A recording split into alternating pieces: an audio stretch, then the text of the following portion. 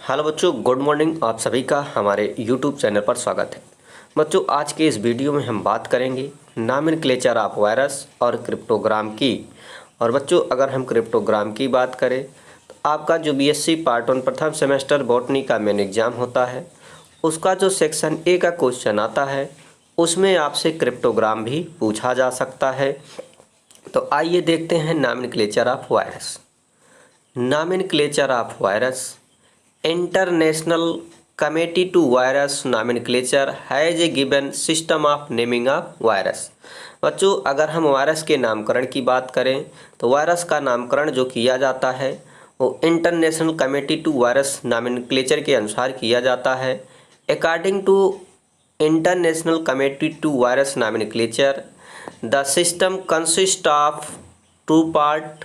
The first part is the common name of virus and second part contain the coded information about the virus. The second part is known as cryptogram. बच्चों, international committee virus nomenclature के द्वारा virus के नामकरण के लिए एक system बनाया गया।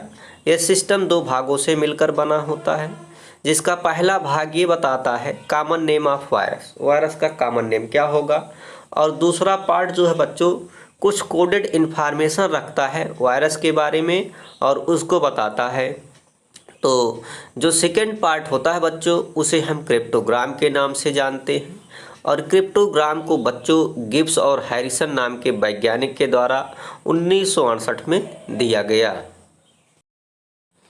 बच्चों, अगर हम बात करें क्रिप्टोग्राम की तो क्रिप्टोग्राम बेसिकली कंसिस्ट होता है फॉलोइंग 4 पेयर से, दैट इज फर्स्ट पेयर।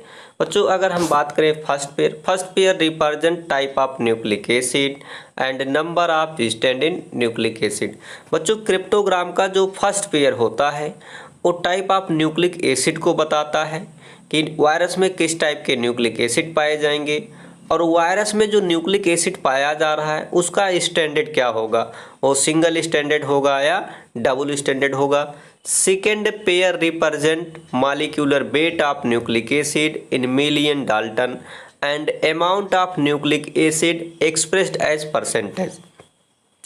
जो क्रिप्टोग्राम का जो दूसरा पेयर होता है वो molecular weight of nucleic acid को बताता है कि वायरस में जो आपका न्यूक्लिक एसिड पाया जा रहा है उसका मॉलिक्यूलर वेट क्या होगा, और ये मिलियन डाल्टन में बताता है। और क्या बताता है, अमाउंट ऑफ न्यूक्लिक एसिड, और वायरस में न्यूक्लिक एसिड की प्रतिशतता भी क्या है ये सेकेंड पेयर बताता है। Third pair denote the shape of virus and shape of nucleo protein. और बच्चों, जो थर्ड पेयर होता है ये वायरस के शेप को दर्शाता है और न्यूक्लियो प्रोटीन की शेप को भी बताता है। Fourth pair denote the type of host and carrier used in transmission of viruses.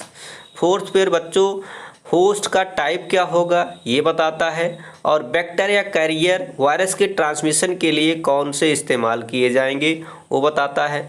जैसे cryptogram of TMB R/1 ratio 2/5 ratio E/E और ratio S/O। Influenza virus R/1 ratio 2/3/10 ratio S/E ratio V/A। तो बच्चों, ये दो virus के cryptogram दिए गए हैं। अगर हम कॉम्पिटिटिव एग्ज़ामों की बात करें तो खासकर यहाँ से आपके लिए TMB का क्रिप्टोग्राम पूछा जाता है, तो इसको ज़रूर आप याद रखिएगा। R/1 2/5 E/E S/O ये जो है किसका क्रिप्टोग्राम होता है, TMB का।